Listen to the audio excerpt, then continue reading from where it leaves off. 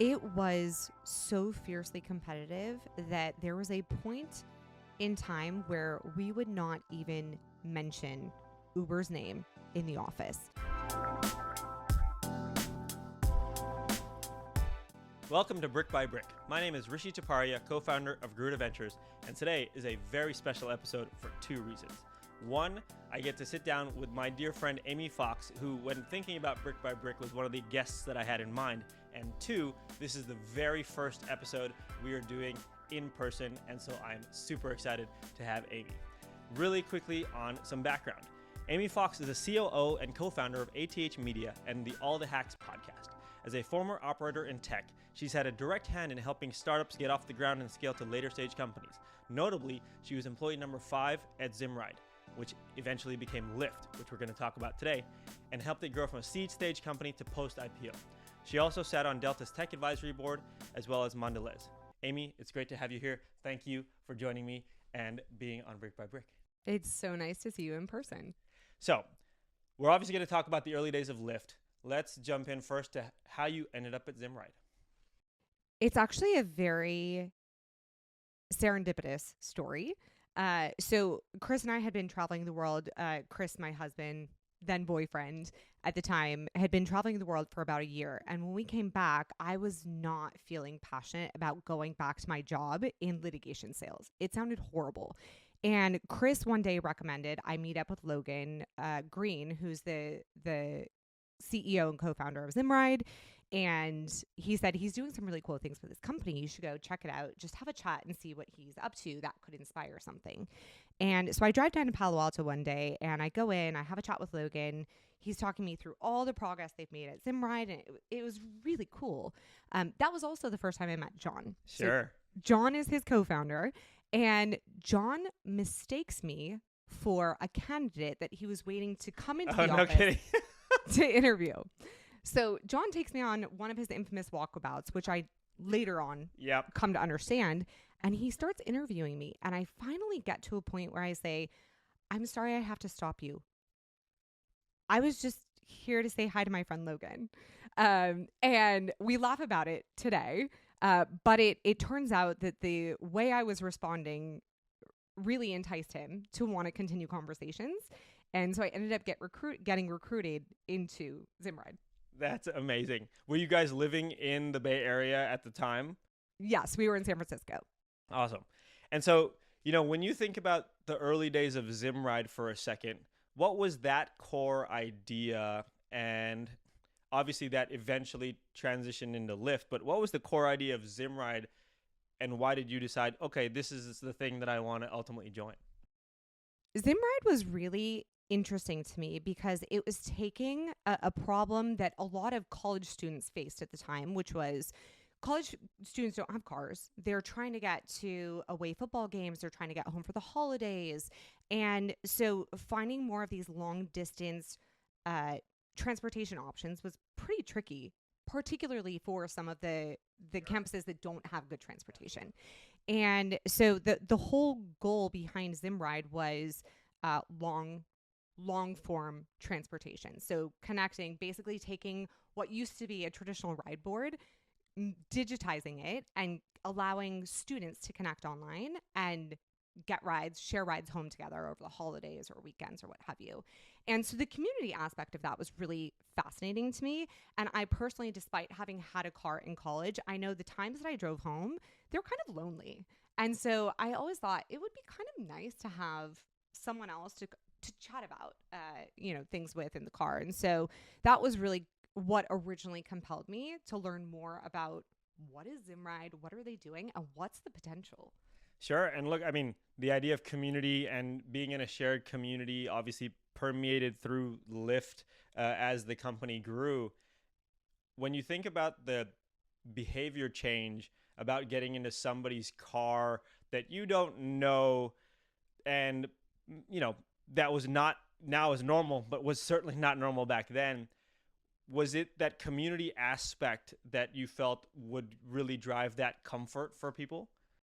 Yeah, I think so. There were a few aspects, one of which is the community. And so building more or less a socially vetted platform that students can say, oh, we have friends in common. I feel more comfortable sharing that ride. I think that's pretty interesting from a social layer.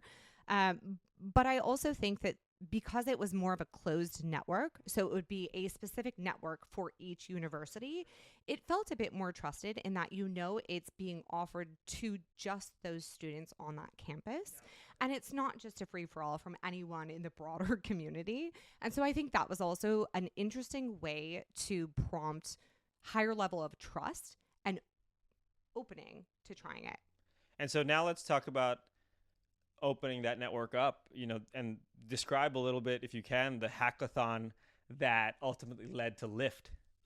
It's interesting. Most people don't realize that Lyft actually came out of a hackathon. So at Zimride and in the tech community, it's very common for these startups to do hackathons, twice a year or what have you. And so we did a hackathon at Zimride one of these nights, and a bunch of people would break into different groups. And the whole question behind it was, are there certain projects, products, services that we could layer into the business that either solved a problem or added value and for the end consumer? And so one of the groups actually came up with this idea of taking long form ride sharing and turning it into real-time ride sharing. And so the next day we were working all night, overnight in the office on these projects. The next day, everyone presents it, and then the company votes on which one they like the best. And Lyft was pitched as one of the ideas. And there was like this overwhelming excitement and energy in the office. And everyone said, we've got to try this. And so it's funny because we actually launched Lyft a few weeks later as an MVP under a different name because we didn't want it to tarnish Zimride's success, which is actually really funny. Sure. Looking at how Lyft is now a multi-billion-dollar business. Sure. But it was super compelling. So just to be clear, the Lyft name was Lyft because in case it didn't work, we didn't want Zimride to be associated with that. Correct. Oh, that is so interesting. And I mean, but that's amazing. In a 3-week process, basically built out the underlying infrastructure for this new idea, real-time ride sharing. How was that as far as getting the team aligned towards this is what we're going to do, particularly given Zimride as a business was doing well and you had that growth? How did you siphon off resources and dedicate it to the hackathon project? It was really tricky because at the time, the entire company was maybe 30 people large. And so we focused a vast majority of the employees on continuing to work on Zimride. And we put maybe one designer, one product person, and 2 engineers on Lyft. And we said, just focus on that for 2 weeks and let's see what we can essentially get off the ground and just quietly put in the market and just see how it goes. And then we'll iterate based on those learnings. And with a very, very small team, we put it out very quietly over one night and it blew up unexpectedly. Like everyone wanted to use it. The demand was bonkers, and we had a whole new set of issues now, which was how do we actually now ride the wave of support that we have with very limited resources. And so when you think about then the Lyft and the transition of the business to Lyft, talking about the community, I remember so fondly the car would show up. You've got the big pink mustache. You get the dap from the driver. Sit in the front. Let's talk. It was clear, at least as I'm learning now, that so much of the DNA was from the Zimride learnings. How were you so intentional about the culture of Lyft, not just for the company, but for the community of riders and drivers as well? And was that something that you knew you'd do from the beginning, or did that evolve over time? It was a little bit of both. So I would say we were very intentional about the way in which we were building things like brand differentiation. As you might remember, in the very early days, we had these massive furry pink mustaches on the front of these cars. And I think the rationale behind that was we wanted to appear as a friendly, trusted, kind of comfortable brand, right? So when these cars show up, they put a smile on your face and you feel more open to getting in the car and engaging in conversation, whether it's around the pink mustache or something else. And so I think the brand differentiation out of the gate was very, very intentional. I think there were a few other things that were quickly put into place or put into place over time that really drove the way in which we offered the Lyft experience and the brand association with it. So things like the community aspect, which definitely flowed from Zimride, were really critical. And what we mean by that is we put a lot of value and trust into our drivers being the critical assets of the business to make it work. So we empowered them to say, it's your car, decorate it how you want, like tell funny jokes. Tell people who you are, engage them. We encourage people to sit up front, as you had mentioned, and actually start to build that connection and the community. And so it felt like there was more of a sense of ownership, both on the rider and the driver side, which was really interesting. And I think the last part that we saw in the very early days is because it was a founder-led organization, John and Logan were actually very deeply involved and very accessible, not just for employees in talking through ideas and concepts and challenges, but even drivers would walk into the office. And if they had a question, a concern, anything, Logan or John would sit down and chat with them.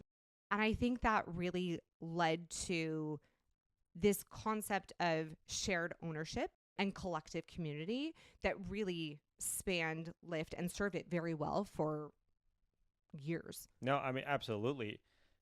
Still use it to this day, right? I mean, it's such a testament because the feeling still persists. And, so much of early stage company building is culture fit, is how do you hire and attract the best people to allow you to go that way. There are a lot of people who would look at what Lyft was doing and like, this is not for me. This approach is not for me. What are we talking about? How did you screen, especially when you're going from a team of 30 to 50 to 100 to, thousands of people around the country, for that fit for Lyft? What were the things you were looking for when you said, okay, this person will be great for us as we get on this rocket ship? There were a few things that I recall really standing out as being consistent in the interview process. And so the first thing was we would never oftentimes sit in the conference room interviewing in more of a formal setting every single time. Sure. We would take them out on do the walkabouts. The infamous walkabouts, yes. right? And make it a little more casual and allow them to really open up and understand who they are. We'd also ask them, honestly, very Lyfty, quirky questions like, if you were an appliance, what appliance would you be in a kitchen and why? And it sounds so ridiculous and so Silicon Valley, but I do think there's some truth to understanding, how self-aware are they and how creative are they and what kind of rationale do they have to think quickly on their feet and back up their answers. And so it actually shared a lot and helped us really quickly understand who these people were. I think one of the questions that we always had in the back of our minds that we would never share to these candidates is, at the end of the interview, if I left that room, would I want to sit down and have a beer with this person after work or whatever, right? A sparkling water, a beverage. And I think that's really interesting because it tells you the kind of person that we were looking to bring in to join our team. Are they passionate? Are they intellectually curious? Are they authentic to who they are? Do they care about what we're doing? And that led us down a really strong path of maintaining this good, consistent Lyft culture for a very long time. I think the idea of changing modalities is actually so interesting because when you're prepping for an interview, you're very much thinking about across the table. This is what we're going to say. This is how I'm going to act. This is maybe what I'm going to do with my face. But now it's like, hey, let's go for a walk. Oh, wow. Okay. I didn't maybe prep for that. Now you get to see more of who they are. Right. And maybe some people are better walking. Some people are better writing. Some people are better face to face in a more contentious style. That's such a fascinating trick to really get to the core of who somebody is. Yeah. It worked well. Yeah, absolutely. Changing gears a little bit, obviously the ride sharing era in the 2010s was a very intense competition. I think there are a whole bunch of different companies, but obviously it ended up being a Lyft versus Uber. Is all fair in love and startups, or were there moments where you felt in the heat of the battle, okay, maybe we went too far, maybe they went too far? Any stories from inside that you could share just about what was an amazing, amazing time? I don't even know where to begin on this. There were so many stories, both incredibly gratifying uh and really so frustratingly challenging to the point of life or death. And so I will answer this by saying, generally, I think competition is actually very, very healthy, particularly in tech and in the startup world, right? It drives innovation, it pressure tests ideas, and all good things come out of competition. So I think it was great having Uber right on our heels, and they were fiercely competitive. So that was great. I do think that there are times looking back that we pushed the bounds, we being the collective Lyft and Uber competitive friends that we were, we pushed the bounds too far. So a few examples for things like predatory pricing. That went too far. And what I mean by that is there would be these surges where Lyft would fundraise, and based on this cash flush experience that we just took in, we could essentially drop prices to rock bottom. And we would essentially try to undercut Uber's pricing. Uber would then go raise a massive round and do the exact same thing and undercut us. And it basically became a race to the bottom. And everyone thinks, well, isn't that great for the consumer? And in that specific moment, it certainly was. But the whole idea of undercutting prices to essentially push the company out of business because you bleed them dry of cash is not great, because then the whole idea behind it is once that company dies, you turn around and monopolistically And raise prices. Yeah, correct. And so in the long run, the end users, the end riders actually lose.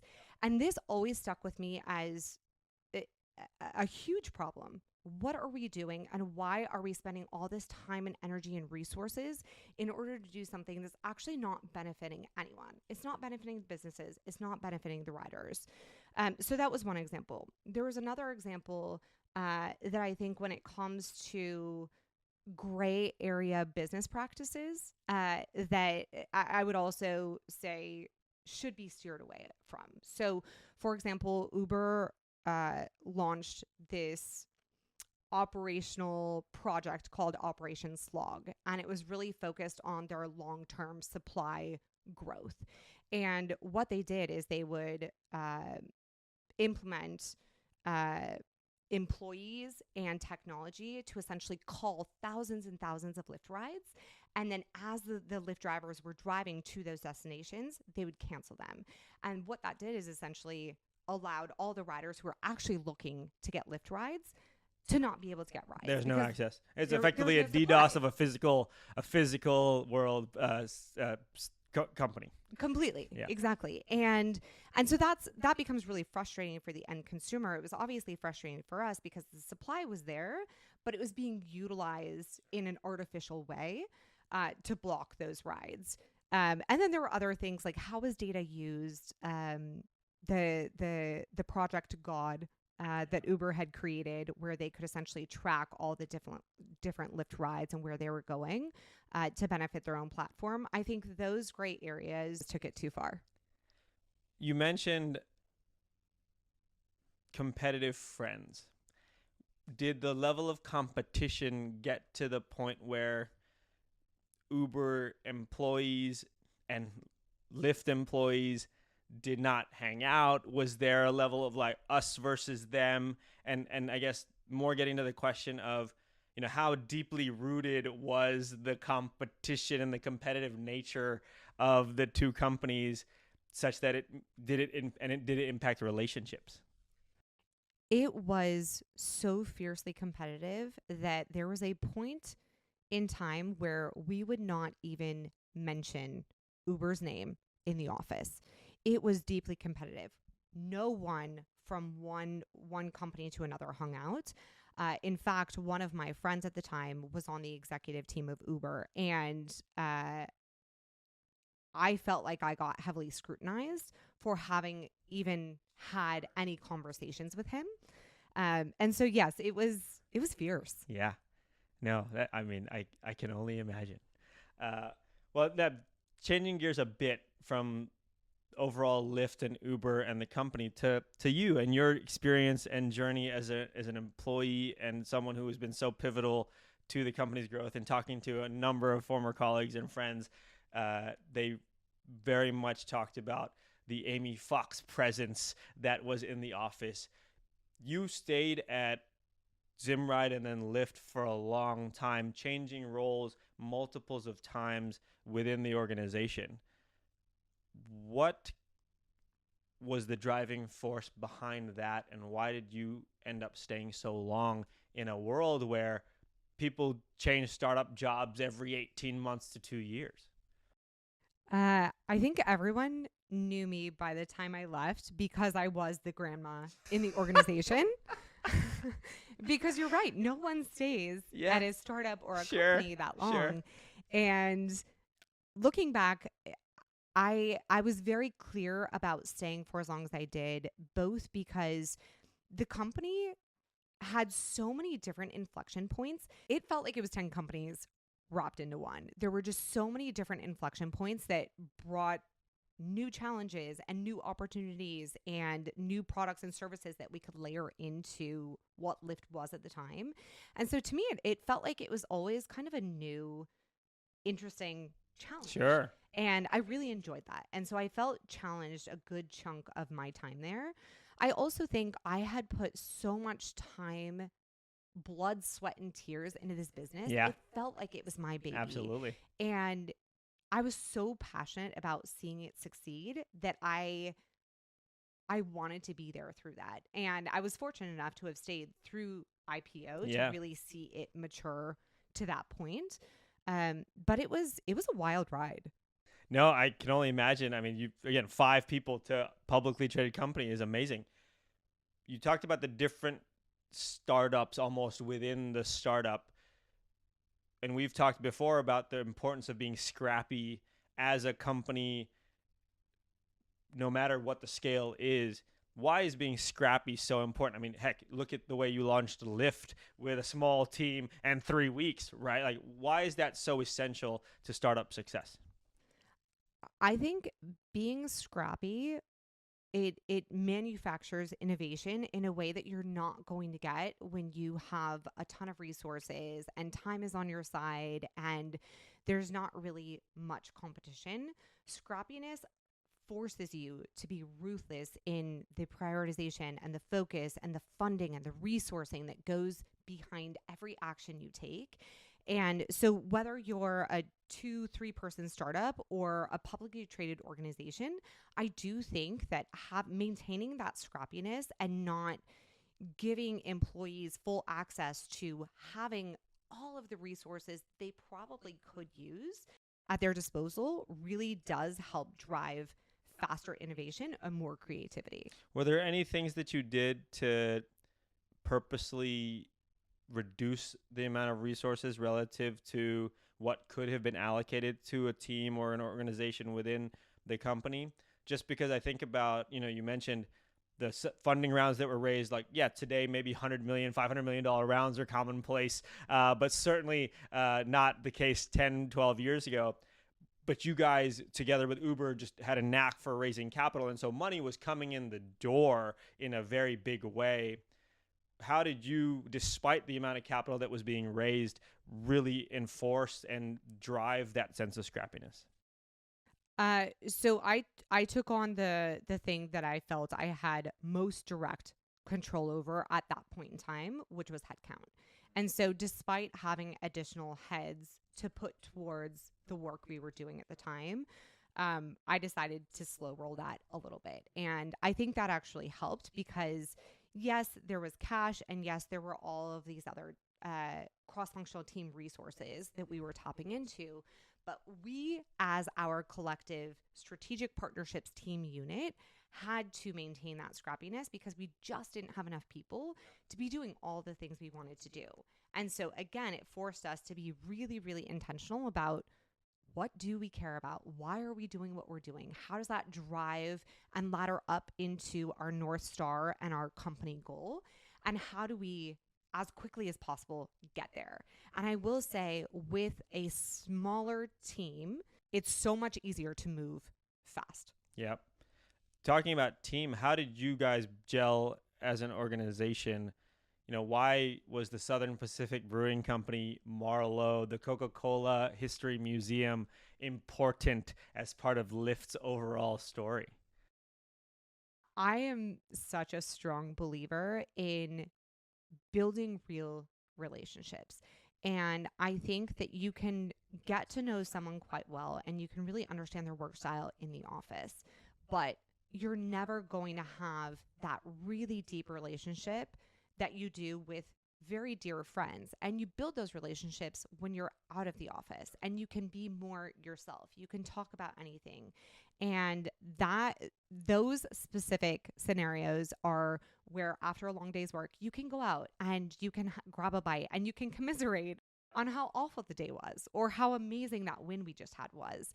And it spawned much deeper connection in a way that then allowed me to go into the office and say, hey guys, I have this really pretty direct feedback. And I think we need to get to the bottom of what's happening here in a way that also allowed this mutual understanding and respect.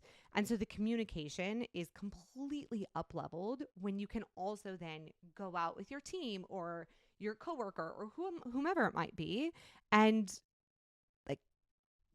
let loose, let go of all the work and all of the formalities and really just enjoy getting to know each other better that way. Do you think Lyft would have worked as a fully remote culture? No. What advice would you have for teams now that are fully remote, making the argument about talent can be brought in from everywhere, we can recruit great people, lower the cost in some cases, that don't have that shared sense of camaraderie that is built from going out after work, going for the walkabouts and things of that sort? Yeah. It's really interesting because when I left Lyft and I first joined Wealthfront, I was only in the office for 2 weeks before it got shut down with COVID. And so I went from being very, very deeply invested and making some of my very best friends at Lyft to an environment and coworkers that I almost didn't know at all. And so I was having to build these relationships 100% remote, and it was really tricky for me. And so I don't know that I necessarily have a perfect answer for this, but I do think that there is a ton of value in getting to connect in person outside of the office. And so whether that means these companies that are exclusively or almost fully remote having quarterly get-togethers, fun activity offsites, even if it's not your specific team, connecting with people in your area and saying, hey, let's just do a co-working session at a coffee shop. That actually starts to compound in the speed at which you're able to function and operate, and the communication that is getting passed around, whether you're working on the same project or just talking about like broader company issues. So I would say those things would probably drive towards a more successful experience at a remote org. Sure. If you're advising a founding team who's debating remote or in person, what do you tell them? I'm a sucker for in person. Yeah, in person, I'll say me too. Easy to work remote. Yeah. But there is so much value both in your professional career and your personal 100%. Relationships to being in the office. No, I remember, when I was at Point, employee number 7, we were 7 of us in a conference room.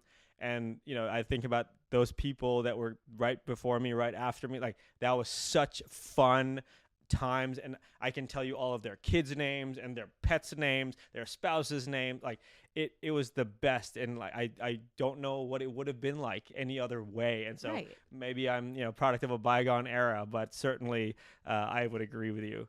Well, that's why we're doing this in person, Yeah, right? exactly right. And so maybe changing gears a bit, you're obviously incredible with people. You build deep relationships. I've known this for the 15 years we've known each other, and all of your former colleagues and friends have said the same thing. You've been in partnerships types of roles for a lot of your career. And I think the partnership you struck with Chase as a startup in Lyft, I mean, is on the pantheon of amazing, amazing partnerships that people step back. Whoa, how the heck did that happen? Can you talk a bit about how a company that was going public, not tiny by any means, but certainly when compared to the behemoth of JP Morgan, end up working together? First of all, Chase almost killed me. Yeah. I remember. But it was a very fun challenge because it was just that. It Yeah. was one of the biggest challenges I've experienced from a partner aspect. And I think there were a lot of elements of that partnership that allowed it to work. So the first thing was, you're right, Chase is a behemoth organization, and they could honestly partner with anyone. So why Lyft? And that was the big question that I had to answer and get clear on in order to go back and help them understand the value that we could bring them. And so thinking through things that they cared about, like bringing a younger demo to select cards in their portfolio that they cared about, bringing a sexy, well-known household brand into their card portfolio as a card benefit. Looking at transaction volumes, they care about more frequent recurring transactions, and Lyft is one of those services that helps support that. And so there were a variety of reasons why I thought and built the case around, hey, Chase, I think this actually could be really valuable to you. I think the other thing that allowed us to get the job done on the Lyft end was challenging every single point of contention or feedback or pushback that they brought to us. And I think my most used word in that entire year was why? Why not? Or why do we have to do it that way? And I think with such a large bureaucratic organization, they are very much set in their ways, but it doesn't necessarily have to be the case. And so continuing to push the why. Why are we doing this? Why doesn't that make sense? Why can't we do this? And internally and within Chase. Yes, both Sure. absolutely. It really served me well with Chase Yep. discussions. And so, I mean, where does the idea even spark from? I mean, the audacity to say, you know what? We should go be a part of the Chase Rewards program, and we can actually deliver a lot of value to them. How do you even come up with something like that? What is the spark? It's so interesting. I remember very specifically having this meeting with our chief business officer at the time. And this was months before any kind of Chase idea came to be. And we were having a conversation, and I remember him vividly saying something to me. And he said, Amy, I think your team just needs to have more swagger. And I laughed. And then I actually thought about it. And I was like, there is something very real here. We need to suspend disbelief in the fact that we may not be nearly as big as some of these massive organizations that are so well known and are crazy reputable. But why not us? Sure. And if it's not us, who else is it going to be? And so that really gave me this new energy to think much bigger and suspend disbelief and go in with the swagger that, You might be Chase, or you might be Disney or Delta or whomever, but we're Lyft. And here's what we can do together. And so I think that was the huge driving force of having me take a step back and think more broadly about these really big organizations that previously we probably wouldn't have touched. I think that's such an important aspect. I mean, so many times, particularly in the early days, founders, companies are so grateful that a design partner that's a large company is willing to engage, willing to do a demo, willing to do a pilot, and almost don't have the orientation of, no, we're helping each other here. It's not you doing me a favor, and I have to make sure that you know that it's not you doing me a favor as well. That oftentimes does take a mental shift, though. And so after that conversation, how did you, with your team, almost reorient around, actually, no, why not us? We have the swagger. We're the badasses. They can use us as much as we can use them. Like, what was that psychological shift like, and how did you make it? It did not happen overnight. Sure. It was a process, and I think you can't change people's mindsets unless they're open to changing.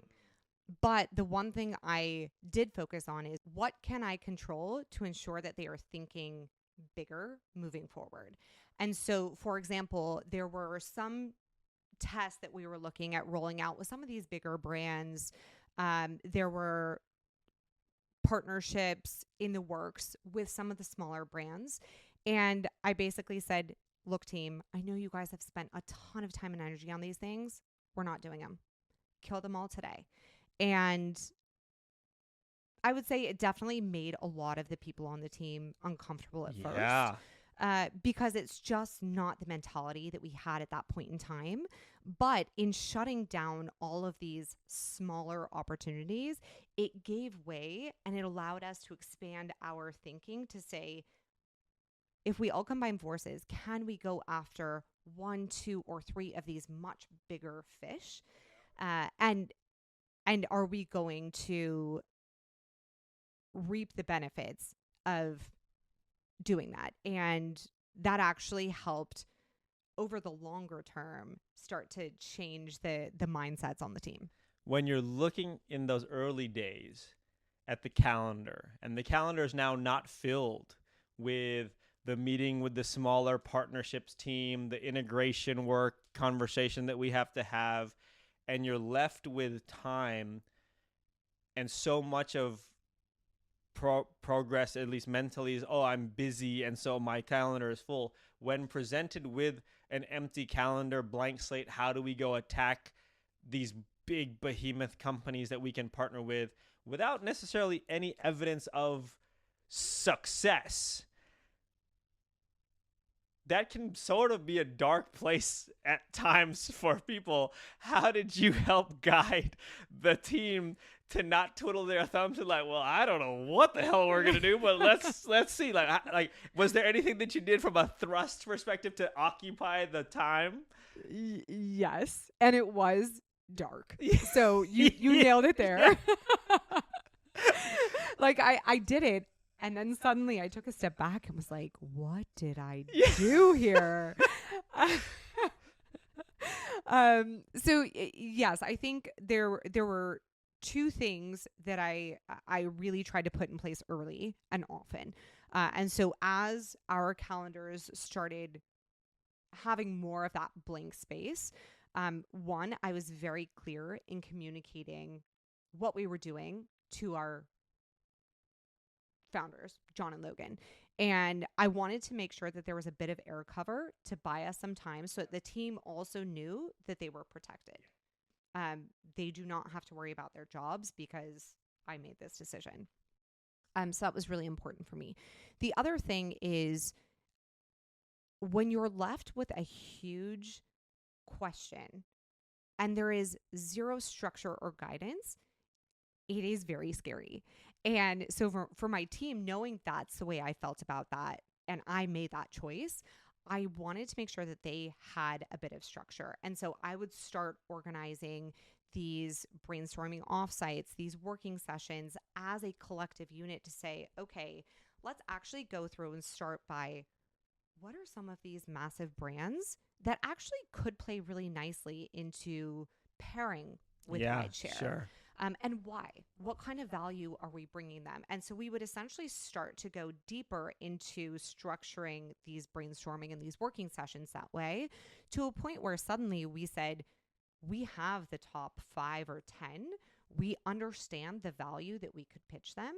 And here's, based on all of our, 18 heads or whatever it was, like, here are the most interesting, compelling things that we could think of. And I think the biggest thing we did was going into all of those conversations with a, hey, we're not just going to pitch you on our idea. We think there's a ton of value here, but we want to co-create with you together.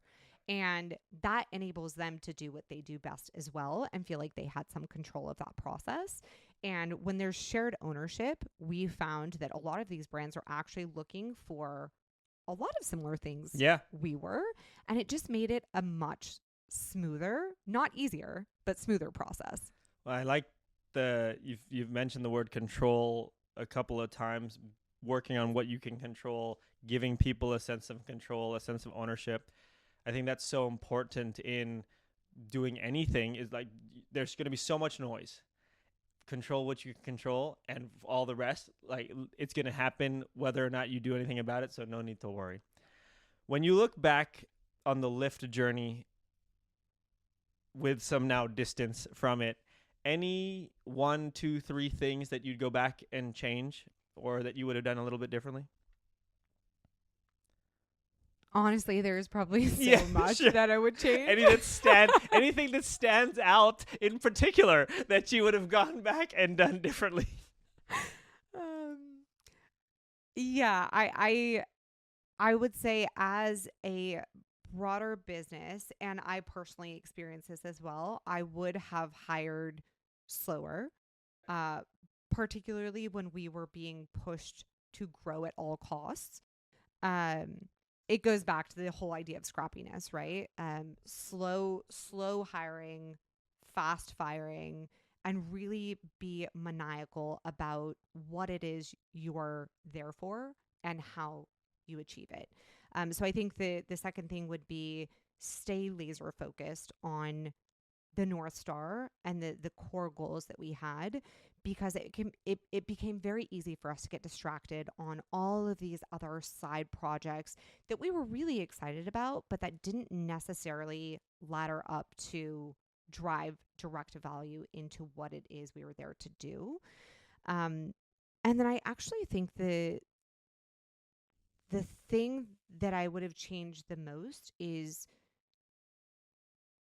celebrating our wins when they came. Sure. And I think this is really hard for a lot of people with our personalities in tech, where it's, we love seeing wins on the board and we move fast and we break things. And that's just the mentality that we have. We are conditioned to keep going, and it's great, but there's so many wins, and startups are hard. They're really hard. And so if you're not taking time to really savor and enjoy these moments of success and wins, whether they're big or small, these milestones in the business that you've worked so hard to achieve because you're already on to the next one, it becomes exhausting. And looking back at all of the things that I personally, professionally have achieved, and we as a collective business achieved, they're incredible. Yeah. And we didn't celebrate almost any of them. No, I couldn't agree with you more. We, at point, whenever we'd had a win, even small little things like hit the gong as a celebration of an achievement. We used to do this thing, Friday 5s at 5. Every Friday at 5 o'clock, you'd stop, you'd go high five everyone in the company. Maybe not in a post-COVID era, but things like that, just to remind ourselves that we did something amazing. Because, as you mentioned, you're so fast on to the next. Because once it's basically there, you're like, yep, that's going to happen. And now I'm going to move on. And what's the next mountain to go, tackle? Did you do anything special from a like micro celebration perspective with the team? Any tips or like little things that you'd say that actually was really fun? Uh, I guess there were a few things, and to me they feel very small. But I guess to your point, the small things matter, Yes. right? And so even if it's these really small celebratory successes and wins, that's huge. So for me, in our team meetings, I would always try to make an effort to call out someone on the team for something that they Yep. had accomplished. Now, whether they actually fully succeeded in whatever it was or failed, but it was a really, really educational learning for all of us, I think that Totally. matters, right? And those people deserve credit. So uh, giving them acknowledgement and wins verbally was something. The other thing I tried to do is when it was really hard days, but we had unlocked something that we hadn't before, or when it was great days and we just signed Chase, for Yeah. example, I would make sure that we took the team and we went out. Yeah. We had drinks, we had dinner, we would do some activity, but we got everyone out to just be together and appreciate the fact that we had a kick-ass team. Yeah. They were just incredible and they deserve to be celebrated. Yeah. You mentioned growth at all costs, and there was a lot of pressure in those days to grow at all costs. I think about startups now, and similarly, we were talking before this about the amount of capital that's going into companies, how fast you have to grow. The expectations have gone from being $1 billion outcome is amazing to $1 billion outcome is fine, but really 10 to 100 is what we're talking about. How would you and how do you advise founders to be a little bit more scrappy despite all the pressures that are on them from external forces, investors, the market? Ugh, that is so difficult because the pressures are real and you feel them every day. I think the biggest thing I would say is stay authentic to who you are, how you operate, and why you're doing what you're doing.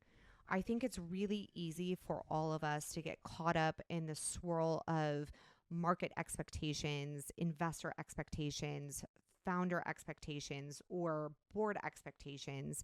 And as founders, you're starting something because you give a shit. You care deeply for that, and you have this vision. And it's almost like founders are a little crazy, right? Like they have to be crazy. Yes, absolutely. Because that's what enables them to win. Yeah. Everyone is telling them, no, do this different. No, do this better. No, you're messing it up. And they win because they stay diligent and focused on their vision and the way that they do it, which works for them.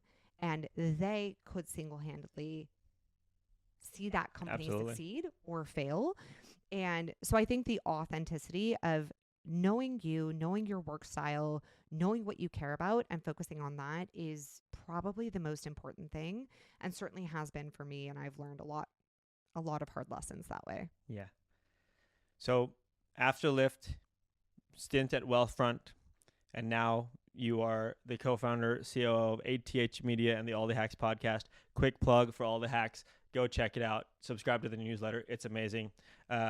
You're working with your husband and another dear friend of mine, Chris Hutchins. Most people would cringe at the idea of working with their spouses. What are most people getting wrong? It's interesting because when I tell people that I work with my husband, I do get this reaction like, oh, no, you're going to get divorced. It's going to be over. That's it.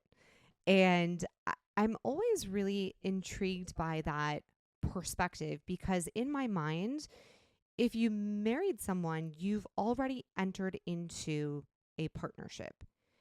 A family is a personal business of sorts. And so the fact that you would be comfortable entering into a family partnership, but not a business partnership is pretty interesting. to me because I see them very similarly. I know him better than I know almost anyone else. Sure. I understand both his strengths, I understand his weaknesses, and he understands mine. And what better way to complement one another than putting yourselves on the same side of the table and working towards something that you both have this shared ownership of wanting to succeed. And I think some of the learnings that I've taken away from working with my husband are, one, I have much greater empathy now for everything that he does on a regular basis. Sure. Whereas before, I used to not have that visibility. And so, if he said he was going to come up and start cooking dinner for the family at 5 and I didn't see him, I would start resentfully cooking at 5 o'clock in the kitchen. And now I see this and I'm like, well, I know why he's not there because he's dealing with this urgent situation in the business. And that's really important. That takes priority. And so I can step in and support in ways that I used to not really be able to. And I think it's actually really helped our communication better as well, both personally and professionally. So yes, people might think I'm crazy, but it's been incredible. It's interesting. Some of the best relationship advice I've gotten from a friend of mine was you need 3 things to really build a healthy relationship. 1, you need to actually be apart. You need to not see each other, travel, and miss one another. 2, you need to make time for one another and be consistent with that time. And so a date night, a weekend at the movies, whatever it is. And 3, you need to see your partner doing what they do best in that setting. And so many times you don't get to see your partner in front of a room of 100 people presenting a case or doing a trial for the law, or sitting in a pitch meeting with a founder or pitching an investor. You get to see each other do what you do best on a daily basis, which is such an interesting concept that most people actually don't think about. But I think knowing you guys and the relationship that you have, it speaks volumes. That is excellent advice from your friend, and I'm glad you shared it with us because I do think we could work on number 1 a little bit. A little space and distance might not be a bad thing, but I think that is such solid advice because if you can follow those principles, you just have such a deeper appreciation for the other person. Yeah, absolutely. Well, Amy, I think that's a wonderful place for us to end. Thank you so much for the time today. Really appreciate it. And thank you for hosting me in the All the Hacks podcast suite. I greatly appreciate it. And thank you again. Thanks for having me.